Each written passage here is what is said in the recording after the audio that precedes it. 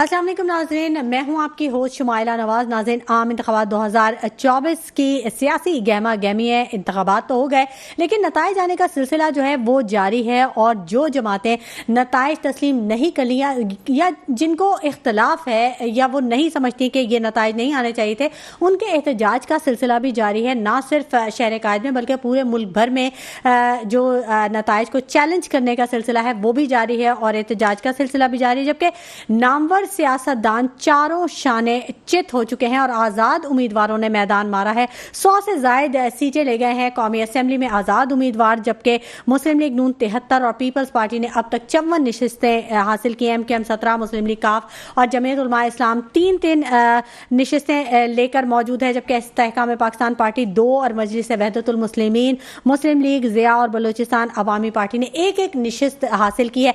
सियासी जो सूरत हाल है वो बहुत असरअंदाज हो रही है। मुल्क की मौशी सूरत हाल पर एहतजाज का सिलसिला बहुत ज़्यादा नुकसान पहुंचा रहा है मुल्क की मईशत को।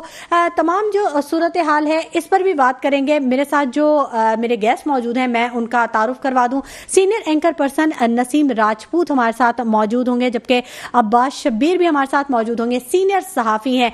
पहले बात कर लेते हैं अब्बास शब्बीर साहब से। अस्सलाम वालेकुम अब्बास शब्बीर साहब। जी वालेकुम सलाम।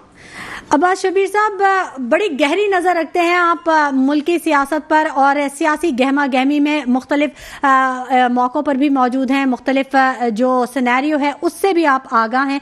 फरमाइएगा, ये जो तमाम पार्टियां दावेदार हैं कि मुल्क के मफाद में काम करेंगे, मुल्क को दरपेश चैलेंजेस, सियासी और माशी चैलेंजेस से निपटने के लिए अपना किरदार अदा करेंगे, अब ये जो एहतजाज का सिलसिला जगह जगह पर जारी कर दिया गया है, क्या सिर्फ एहतजाज ही इस मसले का हल है कि आप अपनी बात मनवाई जा सके? कानूनी या कोई आईनी रास्ता नहीं इख्तियार किया जा सकता?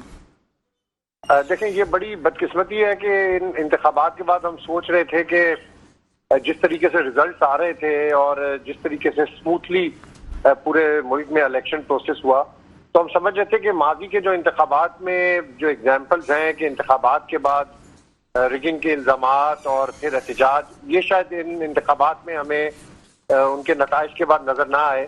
लेकिन बदकिस्मती पाकिस्तान की कि दोबारा से वो सिलसिला शुरू हो गया है। इसमें जो बाग हल्के हैं यानी जो तहरीके इंसाफ है वो इस वक्त मुल्क की बड़ी स्टेक होल्डर पार्टी बनकर सामने आई है और उनके शदीद रिजर्वेशन हैं। जो रिजल्ट हम रात 3-4 बजे तक देख रहे थे वो अगले दिन टोटली ऑपोजिट रिजल्ट बहुत से हलकों के नजर आए, जिस पर ना सिर्फ पाकिस्तान के सियासी हलकों को तशवीश है बल्कि जो इंटरनेशनल मीडिया है, जो बैनुल अक़वामी तज्ज़िया निगार हैं, जो हमारे अपने एनालिस्ट हैं, हमारे जो सीनियर एंकर पर्सन हैं, वो भी इस तशवीश में मुब्तला हैं कि ये रिजल्ट किस तरीके से चेंज हो गए। और बहुत से लोगों का ये मुतालबा है कि जिसको मैंडेट मिला है उसी का राइट है कि वो हुकूमत बनाए। लेकिन ये भी एक इंतखाबात की नताइज के बाद एक टैक्टिक्स होती है कि आप तकारीर करें, सामने ओपोनेंट पर प्रेशर डालें और अपनी अपनी हुकूमतों के क़याम के लिए ऐलान किया जाए कि हम हुकूमत बनाएंगे। तमाम जमातें इस वक्त अच्छा, फाफिन ने तो इब्तदाई मुशाहिदा रिपोर्ट जारी कर दी है। देखिए, बहुत सारी ऐसी तंजीमें होती हैं जो अपनी रिपोर्ट जारी करती हैं। कुछ तंजीमें रिजर्वेशन का इजहार करती हैं, कुछ तंजीमें जो होती हैं वो कहती हैं कि बड़े अच्छे इलेक्शन हुए, गैर मुल्की मुबस्सिरीन भी यहाँ पर आए थे। लेकिन जो असल बात है कि इस वक्त 3 स्टेक होल्डर्स हैं।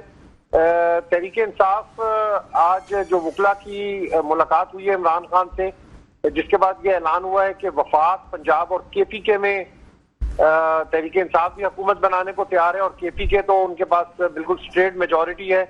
और ये आपके प्रोग्राम में मैं ये खबर भी दे सकता हूँ, बल्कि सुबह भी मैंने अपने सोशल मीडिया प्लेटफॉर्म के ऊपर ये बावसूख जराए से खबर दी थी कि CM KPK जो हैं वो अली अमीन गंडापुर होंगे, क्योंकि अली अमीन गंडापुर ने जो सिलेक्शन ऑफ कैंडिडेट थी KPK के, जो पिक किए कैंडिडेट और जिस तरीके से उन्होंने काम किया, तो उस पर ये उन्हीं का राइट था कि CM KPK वो बने और वो बनने जा रहे हैं। आज उनका नाम भी नॉमिनेट हो गया और एक कमेटी भी बनाई है।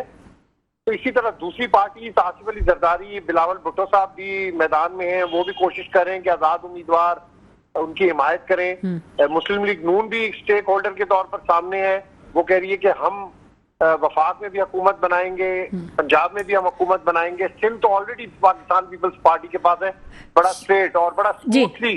शबीर साहब, मुस्लिम लीग नून तो बड़ी मुतहर्रिक है हुकूमत साजी में, अहम मुलाकातें हो रही हैं, आज भी एक वफ्द रवाना हुआ है और साथ ही साथ मियां साहब ने तो सिर्फ 60 सीटों पर जो गैर हतमी नतीजा आया था उस पर ही उन्होंने विक्ट्री स्पीच दे दी थी। देखिए, बहुत से हलकों के तहफ्फुज़ात थे और बहुत तनकीद हुई इस स्पीच पर कि किस चीज की विक्ट्री स्पीच। विक्ट्री स्पीच उस वक्त होती है जब आपके पास सिंपल मेजॉरिटी हो, जब आपको पता हो कि आपने हुकूमत बनानी है। जब आपने सहारे लेकर हुकूमत बनानी होती है तो उसमें विक्ट्री नहीं होती है। विक्ट्री मैंडेट इस वक्त आप देखेंगे जो इंडिपेंडेंट है उनके मुताबिक तो विक्ट्री स्पीच थी ना। जी, उनके मुताबिक वो तो कर सकते हैं ना जी। ये मैं आपको बताया कि ये सियासत के अंदर बड़े प्रेशर टैक्टिक्स होते हैं जी। आप प्रेशर डालते हैं, जिस तरह क्रिकेट में नहीं प्रेशर डालते, खिलाड़ी आउट हो जाए तो पूरी टीम आगे आके खड़ी हो जाती है और दूसरे ओपोनेंट पर, तो ये प्रेशर टैक्टिक्स होती हैं। अगर पीटीआई इस तरीके से मुतारिक होती, उनको इस तरह आजादी होती तो शायद वो भी कल ही ऐलान कर देते। लेकिन आज उन्होंने मशावरत के बाद वुकला ने इमरान खान से बातचीत के बाद ये ऐलान किया है। तरीके पीपल्स पार्टी देखें एक स्टेक होल्डर है, नून से बड़ी स्टेक होल्डर इस वक्त पीपल्स पार्टी है जो अलायंस करके किसी भी जमात के साथ, किसी भी बड़ी जमात के साथ हुकूमत साजी में शामिल हो सकती है। सिंध ऑलरेडी उनके पास है, केपीके में इंडिपेंडेंट की हुकूमत है, वो सारे तरीके इंसाफ के हैं, सारों के सामने रिजल्ट है, पूरे पाकिस्तान ने बल्कि पूरी दुनिया ने देख लिया है। तो इसलिए बड़ा ये टफ टाइम है। बस 48 घंटे और रिक्वायर्ड है आजाद उम्मीदवारों को अपने एफिलिएशन सर्टिफिकेट इलेक्शन कमीशन को देने, यानी किसी ना किसी पार्टी को ज्वाइन करके। ठीक है, तो जोड़ तोड़ का सिलसिला जारी है। जो तरीके इंसाफ के हिमायत याफ्ता कैंडिडेट्स थे, उनकी बहुत से कैंडिडेट से मेरी बात हुई है, उनको ऑफर्स के लिए टेलीफोन भी आए हैं, लेकिन बहुत से कैंडिडेट्स ने ये फोन इस ऑफर के साथ रिजेक्ट करके बंद किए कि ये इमरान खान की अमानत है ये वोट, और ये सीटें इमरान खान की हैं, ये उन्हीं के वोट से हमें मिली है, वो जो कहेंगे वही होगा। पीपल्स पार्टी क्लेम कर रही है कि उनके भी आजाद उम्मीदवार से राब्ते हैं और डेफिनेटली आसिफ जरदारी, माजी के अंदर आप देखेंगे जब भी कोई इस किस्म की पॉलिटिकल मैनिपुलेशन होती है तो जरदारी साहब मफामत के बादशाह कहलाते हैं। फिर एक जरदारी साहब पर भारी का देखिए, जरदारी साहब से तो मुलाकात हुई है शबीर साहब, जरदारी साहब से मुलाकात हुई है नवाज शरीफ साहब की। 24 घंटों में, गुज़िश्ता 24 घंटों में 3 मरतबा राब्ता हो चुका है। और जी मैं एग्जैक्टली वही बता रहा हूँ, उसी पॉइंट के ऊपर आ रहा हूँ। और एक रोड मैप दे दिया जरदारी साहब ने। देखिए, पीडीएम का तजुर्बा इनका नाकाम रहा है, पूरी दुनिया ने देखा है कि पीडीएम जब बनी थी, जब इमरान खान की हुकूमत गई तो ये एक मिक्सचर बना था, उसमें किस तरीके से आपस में इनमें इत्तेहाद ही नहीं था। तो अब तो एक इलेक्शन के बाद एक नई हुकूमत का क़याम है। अब देखना ये है कि कौन से ऐसे पॉइंट्स हैं और कौन सी ऐसी एडजस्टमेंट्स हैं जिस पर पीपल्स पार्टी और नून लीग एक पॉइंट के ऊपर इत्तेफाक करेंगी। कुछ हल्के कहते हैं कि चेयरमैन सीनेट भी मांग लिया है, सदर भी मांग लिया है, वज़ीर खारजा भी मांग लिया है, लेकिन ये चीजें अभी हतमी नहीं है।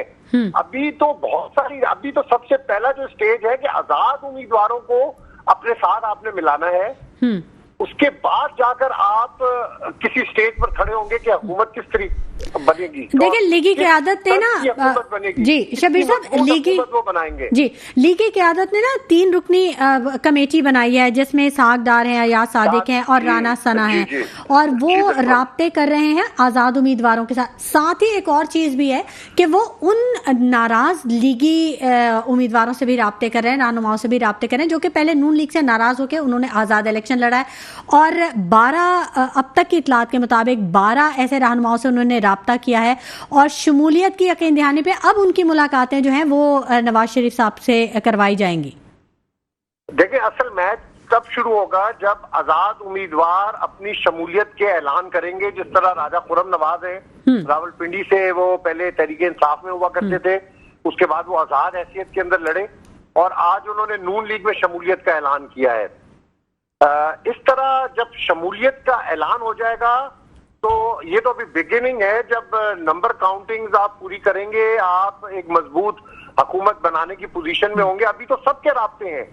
अभी तो कुछ हल्के कह रहे हैं कि आसिफ जरदारी साहब ने भी बैरिस्टर गौर को किसी दोस्त के जरिए मुबारकबाद का पैगाम भिजवाया है।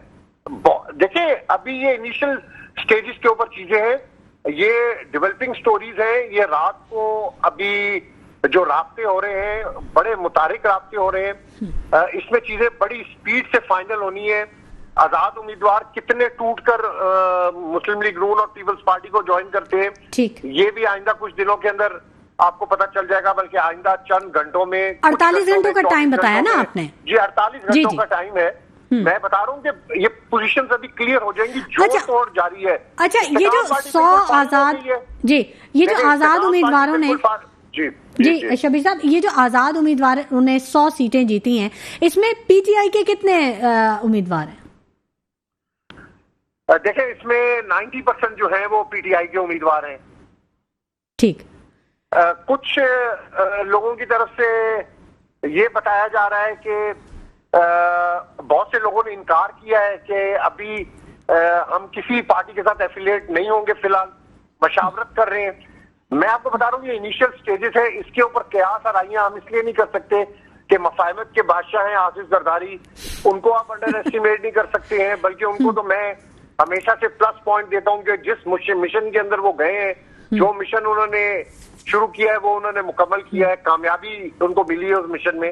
आप पीछे देखें कि जिस तरीके से सारी हुकूमत टॉपल हुई, उसमें आसिफ जरदारी ने जिस तरीके से मुलाकातें की, जो शुजात साहब को उन्होंने अपने साथ मिलाया, सबको मिलाया, तो वो भी जोड़ तोड़ के बादशाह है और जोड़ तोड़ कर रहे हैं। और पीपल्स पार्टी की सबसे जो मजेदार बात है कि उन्होंने कैलकुलेशन आजाद उम्मीदवारों की इलेक्शन से पहले कर ली थी। उनको पता था कि ये आजाद उम्मीदवार जीतेंगे, उनके ऊपर उन्होंने वर्कआउट शुरू कर दिया था।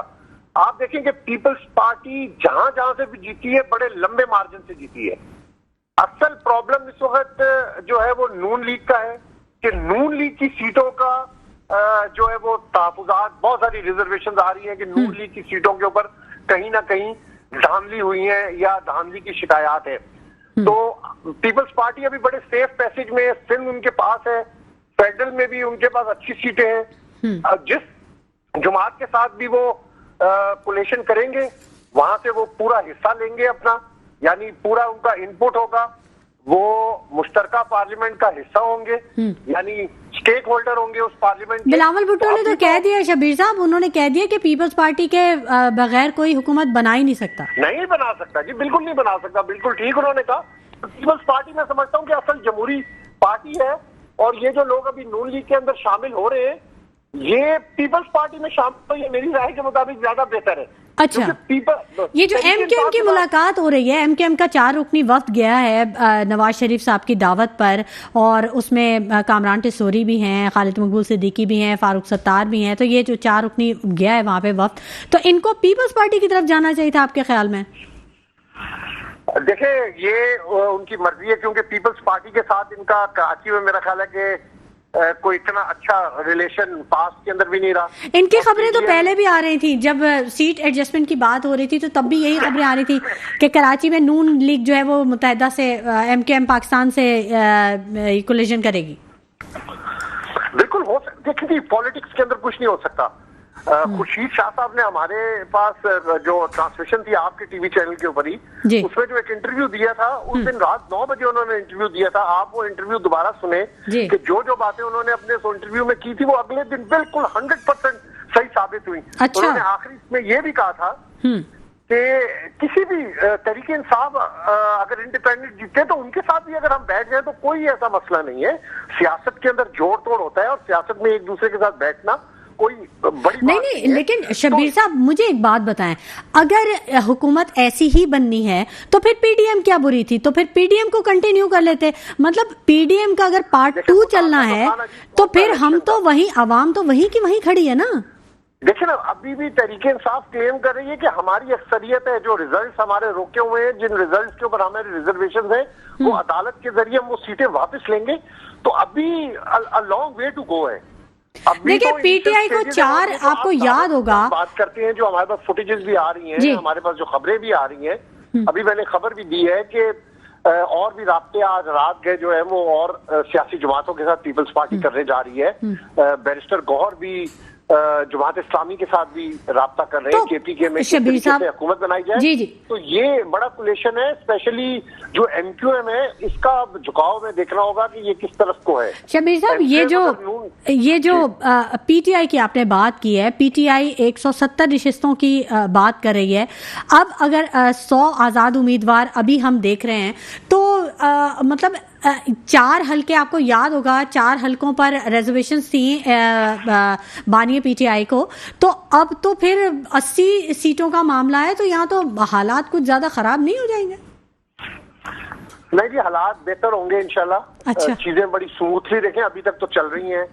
अब बहुत जल्दी अब रिजल्ट ओरिएंटेड चीजें आपके सामने अभी आपको नजर आ जाएगा। और इन एहतजाज को कहाँ किस कैटेगरी में आप रखें? ये जो एहतजाजों का सिलसिला जारी है, इंटरनेशनली क्या इमेज बन रहा है? देखिए, हम हमेशा से ये सोचते आए और ये बात करते आए, तकरीबन हम 1.5 साल इस बात पे प्रोग्राम करते आए कि इंतखाबात होने चाहिए, इंतखाबात हों और वक्त मुकर्ररा पर हों ताकि स्टेबिलिटी हो। अब जबकि इंतखाबात हो गए तो सूरत हाल जो है वो बैक टू वर्स जा रही है। क्यों?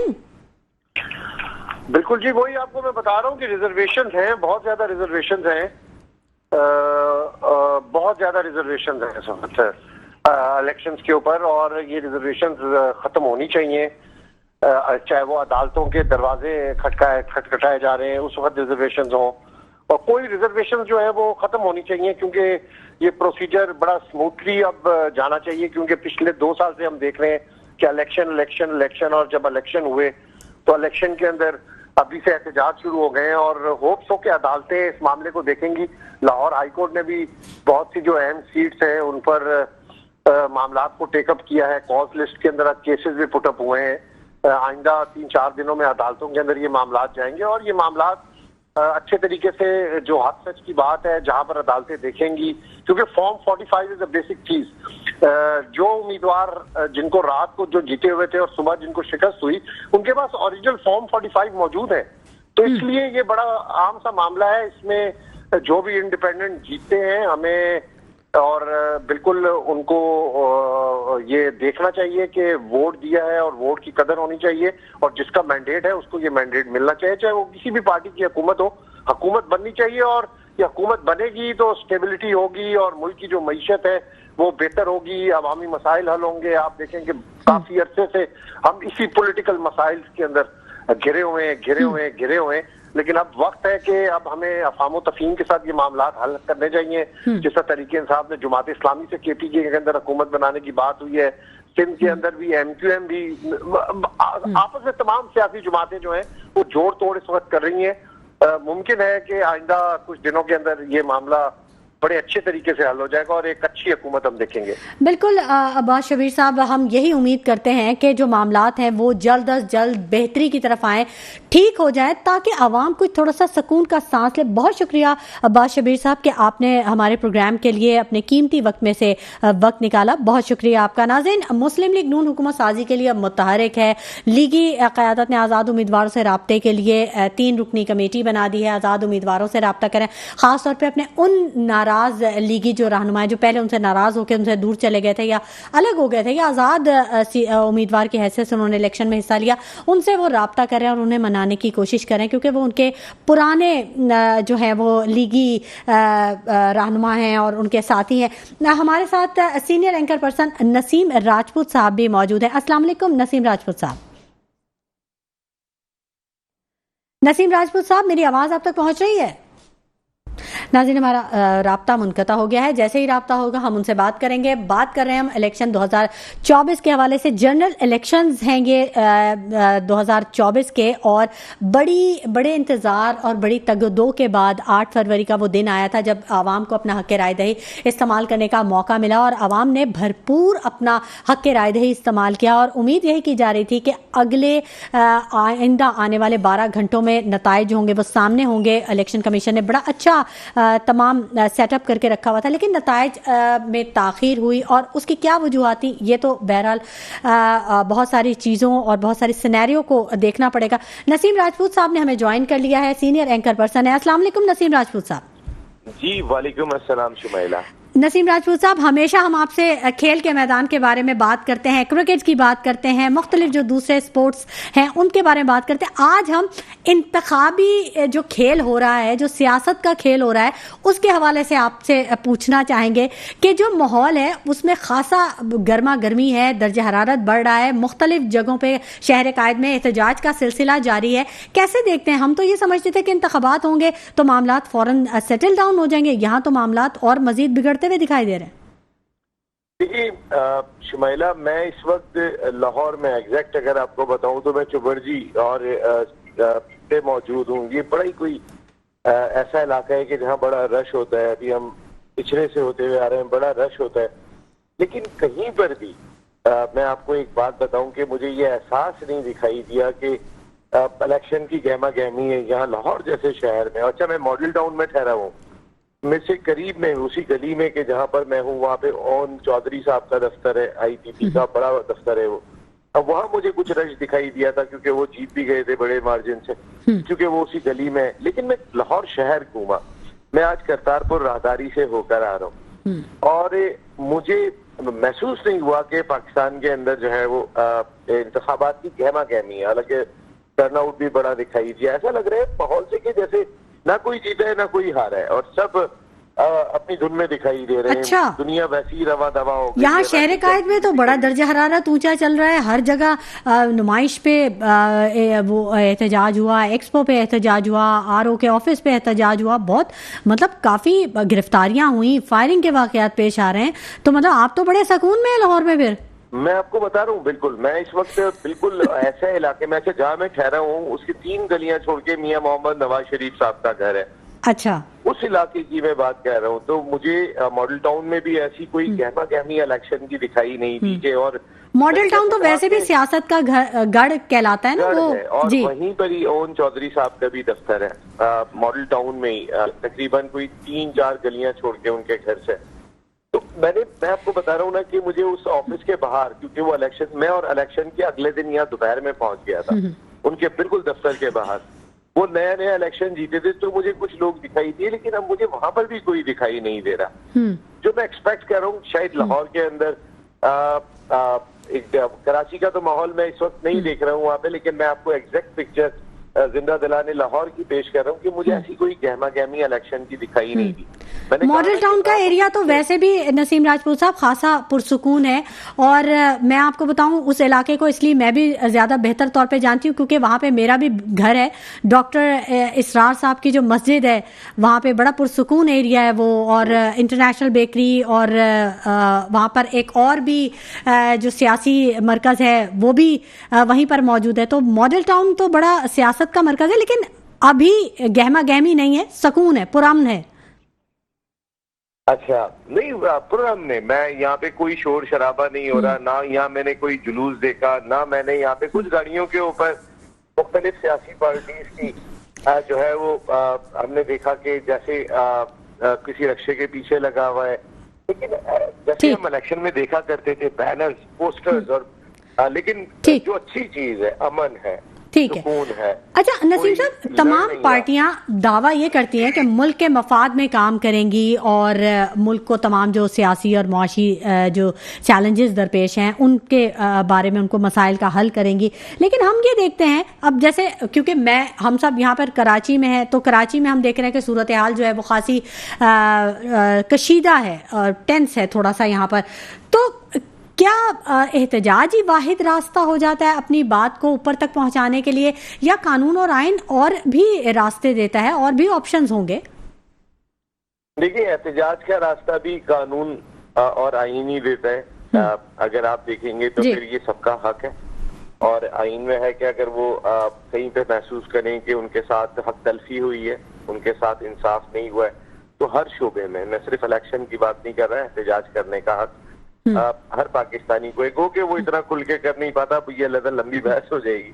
लेकिन कहने का मकसद ये कि आइन और कानून की जहाँ तक बात करें तो ये एहतजाज का भी हक देता है। एहतजाज माशरे में हुस्न भी पैदा करता है। ऐसा नहीं है कि कहीं ना कहीं किसी को जो है वो बिल्कुल हाँ में हाँ मिलाने वाले अच्छा, तो नहीं होते ना। आप क्योंकि लाहौर में मौजूद हैं और नवाज शरीफ साहब के घर के करीब ही मौजूद हैं, हुकूमत साजी के मामलात हैं, नवाज शरीफ की दावत पर MKM पाकिस्तान का जो 4 रुकनी वफ्द है वो वहां पर पहुंचा हुआ है। गवर्नर सिंध है, कामरान खान टिसोरी, खालिद मकबूल सिद्दीकी है, मुस्तफ़ा कमाल है, फारूक सत्तार साहब हैं। तो इस हवाले से कुछ कैसे सिनेरियो को देख रहे हैं आप? ये जो अहम मुलाकातों का सिलसिला शुरू हो गया है, MKM का झुकाव है नून लीग की तरफ? देखिए वो तो पहले से हमें दिखाई दिया था। अगर शुमैला आपको याद होगा कि इलेक्शन से काफी पहले MKM ने बहुत खुल के और बहुत वाज़े तौर पे ऐलान करते हुए कहा था कि हम मुस्लिम लीग नून के साथ हैं। तो उस सिलसिले में अगर उनकी मुलाकात हो रही है तो वो तो बहुत पहले कह चुके थे कि हम अगर हलीफ कहते हैं किसी को तो वो मुस्लिम लीग नून है। और आपने देखा था कि सीट एडजस्टमेंट भी होती हुई दिखाई दी थी मुख्तलिफ। शहबाज शरीफ साहब भी जो है वो कराची से इलेक्शन लड़ रहे थे। तो कहने का मकसद यह है कि वो तो उस सिलसिले में मुलाकात होगी। मेरा ख्याल है डिस्कशन यही हो रही होगी, टर्म्स एंड कंडीशन तय हो रही होंगी। अब चूंकि सिनेरियो मुख्तलिफ है, देखिए बिफोर इलेक्शन ज्यादा एक्सपेक्ट ये किया जा रहा था और जो एक हवा सी थी जिस तरीके से मियां मोहम्मद नवाज शरीफ साहब पाकिस्तान पहुंचे थे, ऐसा लगता था कि जैसे वो वजीर आजम बन के आ रहे हैं। जिस तरीके से कवरेज थी, जिस तरीके का उनको लाने का अंदाज था, तो बहुत सारी चीजें शुमैला अगर इस वक्त आप देखेंगे तो सिनेरियो बिल्कुल मुख्तलिफ हुआ। जो एक्सपेक्टेशन थी रिजल्ट उससे खासे मुख्तलिफ थे। और कई नामवर सियासतदान जो थे वो चारों शाने चित हो गए नसीम साहब। जी, ना कोई जीता ना कोई हारा। मेरा लफ्ज आप समझिएगा, ऐसी फीलिंग यहाँ दिखाई दे रही है। रिजल्ट भी कुछ इसी तरीके के दिखाई देते हैं कि ना कोई हर आदमी भी जश्न मना सकता है। तीनों बड़ी पार्टियां आजाद उम्मीदवार ने जीत ली है, 100 सीटें लीड कर रही है। हाँ, ये एक बड़ी इंपॉर्टेंट चीज है जो शायद बहुत सारे लोगों का दिमाग भी नहीं मान रहा था, एक्सपेक्ट भी नहीं कर रहे थे कि ऐसा हो जाएगा। लेकिन ये बताता है आपको कहीं ना कहीं, ये आपके लिए काफी चीजें जो है वो आपको वाज़ेह करता है कि इंतखाबात पे बहुत ज्यादा एतराजात भी आपने देखे होंगे कि उठाता हुआ कोई दिखाई नहीं दिया है। बहुत ज्यादा कहीं ना कहीं एहतजाज अगर होता हुआ दिखाई दे रहा है तो हो सकता है इस वजह से एहतजाज हो रहा है कि रात के 2 बजे तक 1:30 बजे तक वो मार्जिन कुछ डिफरेंट था और उसके बाद इंटरनेशनल मीडिया भी काफी कवरेज दे रहा है। इंटरनेशनल मीडिया देखिए कवरेज के लिए यहाँ पर आया हुआ था और वो ये बात करता हुआ दिखाई दे रहा है। उनके लिए सबसे बड़ी तो अनएक्सपेक्टेड चीज ये थी कि ना मोबाइल चल रहे थे, ना कोई इंटरनेट चल रहा था पूरे इलेक्शन वाले दिन, बल्कि अगले सुबह तक भी जो है वो रात देर तक जाके जो है वो खुले थे। वो उनके लिए एक अनएक्सपेक्टेड चीज थी या कोई एक नई चीज थी। लेकिन हमारे सिस्टम में हमें बहुत एहतियात करना पड़ती है, बहुत मोहतात रहना पड़ता है। तो जो भी चीजें हुई, देखिए सबसे बड़ी चीज ये कि हर इलेक्शन के बाद धांधली धांधली धांधली धांधली ये बहुत ज्यादा चीखा जाता है। एटलीस्ट इस इलेक्शन के बाद मैं खुद हैरान हूँ, ना तो बिलावल भुट्टो साहब बहुत ज्यादा बोलते हुए दिखाई दिए, नवाज शरीफ साहब ने जो तकरीर की थी बहुत कॉन्फिडेंट दिखाई दिए थे, जरदारी साहब इस्लामाबाद में बैठे हुए इस वक्त, मुख्तलिफ चीजें चल रही हैं। तो सिनेरियो क्या बनता है, कैसे बनता है, अल्लाह करे हमारे मुल्क के हक में हो, जो भी मिले जैसे भी मिले। अब चले इस मुल्क को, ये बच्चे बाहर नहीं जाने चाहिए, यहाँ पे हक जो है इनका वो उनको मिलना चाहिए, ठीक, और अमन होना चाहिए, मोहब्बतें होनी चाहिए, खुशियां होनी चाहिए, हमारे मुल्क को तरक्की करना चाहिए। अल्लाह करे ये तमाम चीजें हों। बिल्कुल, इंशाल्लाह ज़रूर हम उम्मीद रखते हैं कि ये तमाम चीज़ें पाकिस्तान को हासिल होंगी। ना सिर्फ पाकिस्तान तरक्की पजीर ही हमेशा मुल्क रहेगा बल्कि तरक्की याफ्ता ममालिक में शुमार होगा। बहुत शुक्रिया नसीम राजपूत साहब कि आपने अपने कीमती वक्त में से हमारे प्रोग्राम के लिए वक्त निकाला। नाज़रीन, गुफ्तगू का सिलसिला जारी रहेगा, मज़ीद भी हम बात करेंगे जो माहिरीन है, लेकिन वक्त हो गया एक ब्रेक का। हमारे साथ रहिएगा। वेलकम बैक नाज़रीन, और गुफ्तगू के सिलसिले को हम आगे बढ़ाएंगे। इंतखाबात 2024 के हवाले से नताइज आने का सिलसिला जारी है और इसी हवाले से मुख्तलिफ सियासी जमातों का जो रद्द अमल है वो भी हमारे सामने आ रहा है, जिस पर हम मुख्तलिफ जो माहिरीन हैं, जो सियासी तज्जियाकार हैं, उनसे गुफ्तगू के सिलसिले को आगे बढ़ा रहे हैं और उनके तज्जिए से आपको आगाह कर रहे हैं। हमारे साथ हमें ज्वाइन कर लिया है मोहसिन काज़मी साहब ने, तज्जियाकार हैं, किसी तारुफ के मोहताज नहीं, क्योंकि अक्सर प्रोग्राम में आप उन्हें देखते हैं और उनके तज्जिए से इस्तिफादा हासिल करते हैं। अस्सलाम वालेकुम मोहसिन काज़मी साहब। जी वालेकुम सलाम, बहुत शुक्रिया आपका। मोहसिन काज़मी साहब, आम इंतखाबात के नताइज आना शुरू हो गए, सियासी गहमा गहमी जो थी इंतखाबात वाली, उसके बाद का नेक्स्ट जो स्टेप था, जो अगला मरहला था, वो शुरू हो गया। अब मुलाकातों का सिलसिला शुरू हो गया, क्योंकि कोई भी पार्टी जो है वो 2/3 मेजॉरिटी के साथ नहीं आ रही है। तो कैसे देखते हैं, अभी ताज़ा मुलाकात हो रही है MQM और नून लीग के वफ्द के दरमियान में। अच्छा देखिए, ये नून लीग वाले और ये इनको मैं PDM वाले ही कहता हूँ। अच्छा। ये PDM वाले जो मुलाकातें कर रहे हैं, ये वही गेम कर रहे हैं जो उस वक्त अदम एतमाद की तहरीक के वक्त किया था। अवाम इन्हें अच्छी तरह जानते हैं। जो इन्हीं ने 13 पार्टियों ने मिलकर 16 माह तक जो अवाम को महंगाई का तोहफा दिया है, वो अवाम कैसे भूल सकते हैं। और मैं तो बड़ा अफसोस करूंगा जो लोग इनकी पुष्टपनाही करना चाहते हैं या इनको लाना चाहते हैं, वो पाकिस्तान के साथ, पाकिस्तान की कौम के साथ ज्यादा मुखलिस नजर नहीं आते, या उन्हें महंगाई का एहसास नहीं, क्योंकि हो सकता है उनके पास इतनी दौलत उन्हें पता ही नहीं चला कि महंगाई क्या चीज होती है। तो अब सबसे बड़ी बात ये, दूसरी ये कि कानून पाकिस्तान का कहता है कि जिसकी अक्सरियत 2 सीटों से भी ज्यादा होगी उसको पहले ऑफर दीजिएगी हुकूमत बनाने की। तो इसी तरह आप देखने के PTI की इस वक्त जो भी आजाद उम्मीदवार हैं, उनकी अक्सरियत कौमी असम्बली में भी नजर आ रही है, इत्तेफाक से पंजाब असम्बली में भी 1 सीट से आ गया है, 138 की नजर आ रही है। तो इस लिहाज से इनको दावत जो है दी जाएगी। लेकिन हो सकता है कि चूंकि पंजाब के गवर्नर साहब जो है वो PTI के फेवर वाले गवर्नर नहीं है, ना वहाँ के वजीर आला PTI के फेवर वाले हैं, हो सकता है कोई गेम कर जाए। लेकिन मुझे पूरा यकीन है कि अदालत इंसाफ करेंगी, और जिस तरह के ट्रिब्यूनल में केसेस जा रहे हैं तो PTI की सीट में मजीद जो है 5 से 10 सीटों का इजाफा बहुत ज्यादा मुमकिन है ये। अच्छा। और ये इंशाल्लाह हो जाएगा। अच्छा, आसिफ जरदारी साहब को मुफाहमत का बादशाह कहा जाता है, और अब उनकी मुलाकात हुई है। पिछले 24 घंटों में 3 मरतबा राब्ता हुआ है मियां नवाज शरीफ साहब से आसिफ जरदारी के दरमियान, इन दोनों रहनुमाओं के दरमियान में, जिसपे नवाज शरीफ साहब ने ये शिकवा भी किया, शहबाज शरीफ साहब ने ये भी शिकवा किया कि पीपल्स पार्टी की क़यादत ने नून लीग पर बड़ी बेजा तनकीद की, और आसिफ जरदारी साहब ने कहा कि वो तो इलेक्शन का हिस्सा था, इसको ख़त्म किया जाए, अब बैठ के हम मामलात तय करते हैं और हुकूमत साजी करते हैं। मतलब काज़मी साहब, मैं ये पूछना चाह रही हूँ कि आवाम कैसे देखती है इस चीज़ को, कितना तकलीफ दे मरहला होता है कि एक इंतखाबी मुहिम में एक दूसरे के ऊपर इल्ज़ामात, तनकीद और कीचड़ उछाला जाता है, और फिर उसके बाद एक इंतखाबात के बाद वही जमातें सारी बैठकर वो फिर एक दूसरे का हाथ पकड़ती हैं और सीट एडजस्टमेंट के साथ वो हुकूमत साजी में किरदार अदा करती हैं। ये मुफाहमत की सियासत कहलाएगी? देखिए, बात यह है, मुफाहमत का लफ्ज इस्तेमाल करना तो इस वक्त मुफाहमत की ही तौहीन है, क्योंकि इस वक्त जो कुछ भी किया जा रहा है, आप देखें कि बिलावल साहब की कल तक की आप उठा लीजिए तकरीरें कि हमने मुस्लिम लीग के साथ नहीं बैठना, हमने मुस्लिम लीग की मुखालिफत करके और PTI की थोड़ी बहुत हिमायत करके उन्हीं ने कुछ वोट गेन कर लिए, 10 सीटें इनको पंजाब के अंदर मिल गई। अब आप बताइए कि वो किस मुंह से वहां जाके बैठे हुए हैं? ये बात तो नहीं, तो इतनी तो कम से कम जमहूरियत का तो लिहाज करें, इतनी गैरत इंसान में होनी चाहिए। कोई बुरी बात नहीं होती अगर आप अपोजिशन में जाके बैठ जाते हैं। अच्छे जो सियासतदान होते हैं वो अपोजिशन में भी काम करते हैं।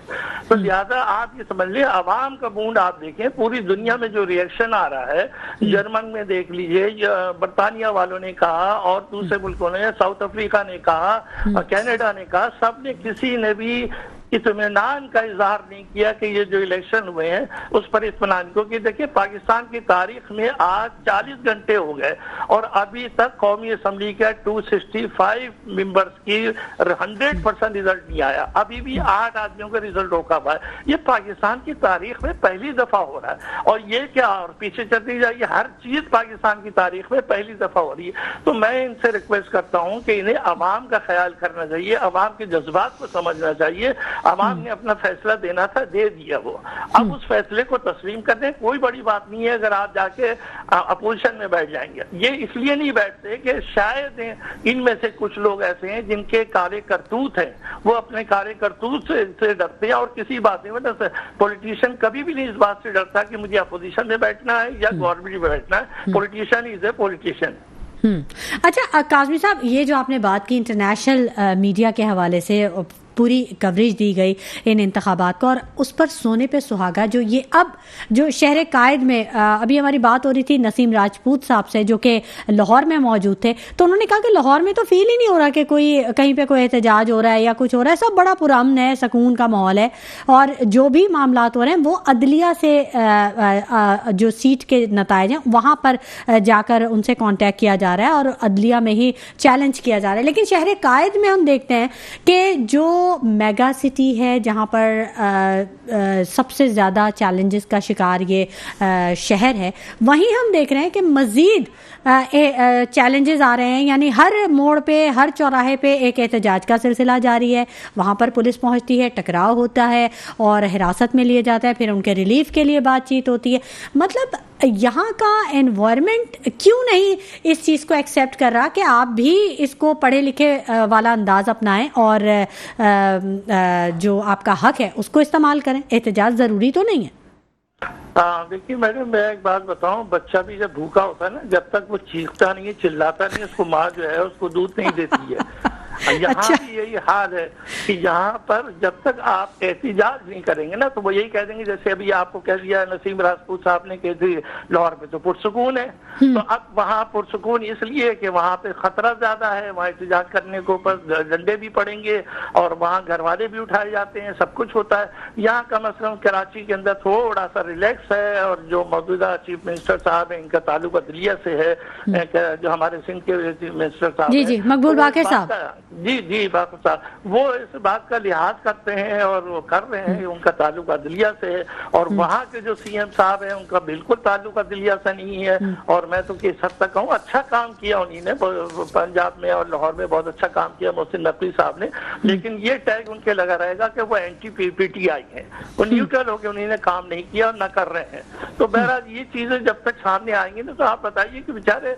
ये लोग कब से एहतिजाज कर रहे हैं, आज से तो नहीं कर रहे हैं, अबाउट 2 years हो गए इनको एहतिजाज करते हुए। आप उन्हें इतना टाइम नहीं दे रहे हैं कि वो किसी जगह एक रैली निकाल सके, कोई खुशी मना सके, खुशी का भी आप इजहार नहीं करने दे रहे। ये सब चीजें जो है वो पंजाब की सारी सियासत जो है पंजाब से ही चल रही है, और आपको पता है कि वहीं पे अक्सरियत है, इसीलिए आपके आसिफ जरदारी साहब भी माशाल्लाह वहां जाके बैठ गए हैं। और वो आसिफ जरदारी साहब का तो मैंने पहले ही कहा था कि उनकी खामोशी इस बात की अलामत है। बिलावल साहब जितना चाहे मुस्लिम लीग को बुरा कहने, वो सब एक ड्रामा ही था, मैं आप उसको उसकी कोई हैसियत नहीं देता हूँ। जी बिल्कुल, आपने प्रोग्राम में ये बताया था, बिल्कुल कहा था आपने। जी ये बात मैंने कही थी आप क्या किसी प्रोग्राम में, तो मैं अब ये बात कहना चाह रहा हूँ कि अब तो होश के नाखून दें, जरा आवाम को तो समझे। कल तक तो आप आवाम के पैर पकड़ रहे थे वोट लेने के लिए, अब वोट का दौर गुजर गया, तो अब आप जो है आप कोशिश कर रहे हैं बादशाह कायम करने की, नहीं चलेगी। इस मुल्क में जमहूरियत आनी चाहिए, जो जीता है उसको हुकूमत मिलनी चाहिए। आपको ये बता दूं, जीती हुई को हुकूमत मिलेगी तो पाकिस्तान खुशहाल भी होगा और रेमिटेंस में बहुत ज्यादा इजाफा होगा, पहले ही महीने में यानी कि रिकॉर्ड इजाफा होगा। ये इसलिए अवाम जो है इस इंतजार में बैठी हुई है। खुदारा इसी अवाम की बात सुने और अवाम का साथ दे और अवाम के जज्बात पर अमल करने की कोशिश। यानी आपके ख्याल में जो जीता वही सिकंदर है? बिल्कुल, जो जीता वो सिकंदर है, और ये फैसला तो अच्छा, आवाम की बात आप कर रहे हैं मोहसिन काज़मी साहब, और आप अक्सर बड़े अवामी हलकों की नुमाइंदगी भी कर रहे होते हैं हमारे प्रोग्राम्स में भी। यहाँ जब हमारी कुछ अवामी हलकों में बातचीत हो रही थी तो उन्होंने कुछ लोग ऐसे थे जिनका ये कहना था कि ये जो छोटी छोटी जमातें हैं जो कि अवाम के वोट को तोड़ देती हैं, ये हर जमात 1.5 ईंट की मस्जिद बनाकर एक अपना कॉर्नर बना देती है, तो ये ख़त्म होना चाहिए। कोई एक स्टैंडर्ड होना चाहिए किसी जमात के रजिस्ट्रेशन का भी। ऐसा नहीं होना चाहिए कि जहाँ 10-12 लोग जमा हुए और एक जमात बन गई और वो उसे रजिस्टर कर लिया गया और उसने अपना एक झंडा बना दिया। ऐसा नहीं होना चाहिए। इन इंतखाबात में जिन जमातों को एक भी सीट नहीं मिली है, अवाम की नुमाइंदगी नहीं कर सकी वो, या अवाम ने उनको रिजेक्ट कर दिया, तो उनके लाइसेंस कैंसिल हो जाने चाहिए। ये भी कुछ अवामी हलकों की जानिब से आई है बात। असल में जो चीफ इलेक्शन कमिश्नर साहब हैं वो इस बात की जिम्मेदारी का एहसास करें कि इलेक्शन के जमाने में जो उनकी मसरूफियात हो जाती हैं समझ में आती है, लेकिन जब इलेक्शन नहीं हो रहा होता है इन बातों पर गौर करें। 175 पार्टियां आपने रजिस्टर्ड की हुई हैं, 175 पार्टियां पाकिस्तान के अंदर रजिस्टर्ड हैं, कम से कम या और एक्टिव जो है 3, 4, 5 है, इससे ज्यादा नहीं। बिल्कुल, तो मैं बिल्कुल। ये कहता हूं कि यहाँ कम से कम जो है वो 5 पार्टियां रखें, आप इससे ज्यादा रखने की कोशिश नहीं करें, ये आपका काम है। दूसरी बात ये कि जो भी पार्टी आप बनाते हैं, जैसे अभी आपने इस्तेकाम पार्टी बनाई, रात को बनाई और सुबह को रजिस्टर्ड हो गई और इलेक्शन लड़ लिया, 2 सीटें भी ले ली। कम से कम इनके लिए ये पाबंदी तो होना कि आप 1 साल जो इलेक्शन कमीशन कहे कि हम 1 साल के बाद आपको रजिस्टर्ड करेंगे। कोई क्राइटेरिया नहीं है इसके लिए, क्राइटेरिया होना चाहिए। बिल्कुल बिल्कुल दुरुस्त कहा चाहिए और मतलब अवाम का फायदा जिसमें है वो देखा जाए। बेचारे अवाम को आप गुमराह कर रहे होते हैं, परेशान कर रहे होते हैं कि 175 पार्टियों में 15 पार्टियां भी खड़ी हो जाती हैं, 16 खड़ी होती हैं, वो कंफ्यूज होते हैं कैसे। और मजा ये होता है कि जो 2 सीटों वाले लोग हैं, 5 सीटों वाले, वही फायदा उठाते हैं। असल वो जो इन्होंने 70 सीटें ली, जिन्होंने 100 सीटें ली, वो बेचारे उनके मोहताज हो जाते हैं। तो ये गलत पॉलिसी का नतीजा है। मैंने अपने कालों में बहुत लिखा है और ये इलेक्शन कमीशन को चाहिए कि इस्लाहात की तरफ तवज्जो दें और लोगों को बुलाएं, उनसे मशवरे लें और कम से कम पाकिस्तान के अंदर जो है सेहतमंद जमहूरियत का माहौल पैदा करें। कुछ लोग तो ये कहते हैं कि बिल्कुल ऐसा होना चाहिए निजाम के जैसे रिपब्लिकन और डेमोक्रेट्स होने चाहिए, बस 2 होनी चाहिए पार्टी और इन्हीं के दरमियान में ये इलेक्शन होने चाहिए। सारी छोटी छोटी पार्टियों को अब खत्म कर देना चाहिए। आवाम को गुमराह करते हैं ये लोग। देखिए, बात यह है कि हमारे क्या पाकिस्तान एक वाहिद मुल्क है जहां के ऊपर पॉलिटिकल बिजनेस होती है। ये पार्टी बिजनेस के तौर पे चलती है। एक आदमी 2 करोड़ रुपए का टिकट खरीदता है, टिकट खरीद के वो इलेक्शन जीतता है, उसके बाद वो 10 करोड़ रुपए उससे कमा लेता है। तो आप ये बताइए इस मुल्क में खिदमत कैसे होगी? खिदमत तो उन मुल्कों में होगी। इसलिए तो आप तो बहुत अच्छा बात कह रही हैं कि कम से कम 2 पार्टियां, मैं कह रहा हूँ 5 रख दीजिए, 5 के अलावा खत्म कर दीजिए आप। और इसमें ये शर्त भी होनी चाहिए, जो पार्टी आपके वोट का 10% वोट ना ले सके उनको तो खत्म करना, रजिस्ट्रेशन का मंसूख कर देना चाहिए। लेकिन ये जिम्मेदारी इलेक्शन कमिश्नर साहब की है। इलेक्शन कमीशन पूरा बैठ के ये सब चीजों पे तवज्जो दिया करे। अब इस वक्त जो है हंगामी हालात में तो बैठ के ये काम नहीं हो सकता। आप देख रहे हैं कि पाकिस्तान की तारीख का ये भी एक अजीब वाकया है कि पहला रिजल्ट जो है चीफ इलेक्शन कमिश्नर साहब ने अनाउंस नहीं किया और अभी तक ये अनाउंसमेंट किसी और ने की, जबकि ये रिकॉर्ड है पाकिस्तान का कि पहला रिजल्ट जो सरकारी रिजल्ट होता है वो सूबाई का और कौमी का वो चीफ इलेक्शन कमिश्नर करता है, जो उन्होंने नहीं किया। और इतनी ताखीर से इलेक्शन के रिजल्ट आना इंतहाई मशकूक कर रहे हैं लोगों को। इस लिहाज से जो लोग एहतजाज करना चाहते हैं और जो लोग कोर्टों में जा रहे हैं, ट्रिब्यूनल में जा रहे हैं, वो उनका हक बनता है। और देखिएगा आप, ये मैंने तो उस दिन आपके नहीं गौरी साहिबा के प्रोग्राम में ये बात मैंने कह दी थी उस दिन कि जो इलेक्शन के बाद जो रिजल्ट बनाने का प्लान हो रहा है, जो भी सेटिंग की जा रही है, वो वही हो रही है जो 13 पार्टियों वाली हुकूमत बनाई जा रही है, दोबारा उसी तरह बन रहे हैं। और सब देखें कैसे इकट्ठा हो गए। कल तक एक दूसरे को पुश दिखा रहे थे, बिल्कुल बिल्कुल सर जोड़ के बैठे हुए। कमाल की बात है, क्या पाकिस्तान की 25 करोड़ अवाम इतनी बेवकूफ तो नहीं है ना कि वो देख नहीं रही है। और आजकल तो वैसे ही शऊर जो है वो बहुत ज्यादा है, बच्चे में शऊर है। मोहसिन साहब, एक और बात मैं पूछना चाहूंगी, वक्त थोड़ा कम है।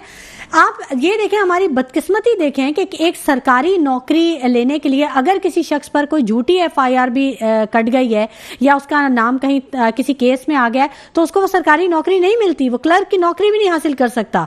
लेकिन जितने कौमी असेंबली में लोग बैठे होते हैं, सेनेट में बैठे होते हैं, जितने सियासतदान हैं, सबके ऊपर कोई 200-200, 250 सच्चे झूठे मुकदमात होते हैं, सियासी मुकदमात होते हैं, जेलें होती हैं, नाअहल करार दिया जाता है, सब कुछ होता है। मतलब ये कितना डुअल फेस है हमारी पॉलिटिक्स का। अब आपने अपनी आंखों से ये मंजर देखा कि एक शख्स का स्टेटस ये था कि वो इश्तिहारी भी था और मुजरिम भी था, और आपने उसका इस्तकबाल किया एयरपोर्ट पे जाके। किस तरह इस्तकबाल हुआ, किस तरह उनको रिलीव किया गया। कम से कम इतनी तो गैरत रखनी चाहिए थी कि पाकिस्तान की आइन की इज्जत रख लेते। वो सीधे जाके कोर्ट में खड़े हो जाते कि मैंने अपने आप को पेश कर दिया, जो फैसला आपको सुनाना है सुना दे, इससे भी इज्जत रह जाती। लेकिन ये लोग जो है ये दिखाना चाहते हैं कि पाकिस्तान का आइन जो है वो मोम की नाक की तरह है, हम जिस तरह चाहे इसको मोड़ दें। पावरफुल लोग जो है ये मुल्क को तबाह कर रहे हैं। सही। हमें तो ऐसी पार्टी चाहिए हुकूमत करने वाली जो आइन का निफाज करे और रूल्स और लॉ को पर पूरी सख्ती के साथ अमल करे, जमहूरियत को बचाए और सिविलियन जो सुपरमिसी है उसके लिए काम करे, जो ठीक है। ये लोग जमातें कर नहीं रही है, इसमें अक्सरियत जमातों की वो है जो अपना मफाद देख रही है। ठीक है, बहुत शुक्रिया मोहसिन काज़मी साहब, आपने अपने कीमती वक्त में से हमारे प्रोग्राम के लिए वक्त निकाला और हमें अपने तज्जिए से आगाह किया। नाज़रीन, senior anchor person Naseem Rajput भी हमारे साथ मौजूद थे, बहुत शुक्रिया उनका भी, और अब्बास शब्बीर साहब सीनियर सहाफ़ी भी हमारे साथ मौजूद रहे, उनका भी बहुत शुक्रिया। नाज़रीन, उम्मीद यही की जाती है कि हाँ, कुछ ना कुछ बेहतरी आएगी, आवाम के लिए कुछ बेहतरी होगी, तभी जो मुल्क में सियासी और मुआशी इस्तेहकाम है वो आ सकेगा। इसी के साथ शुमाइला नवाज़ को इजाज़त दीजिए, अपना बहुत ख्याल रखिएगा, अल्लाह ने के बाद।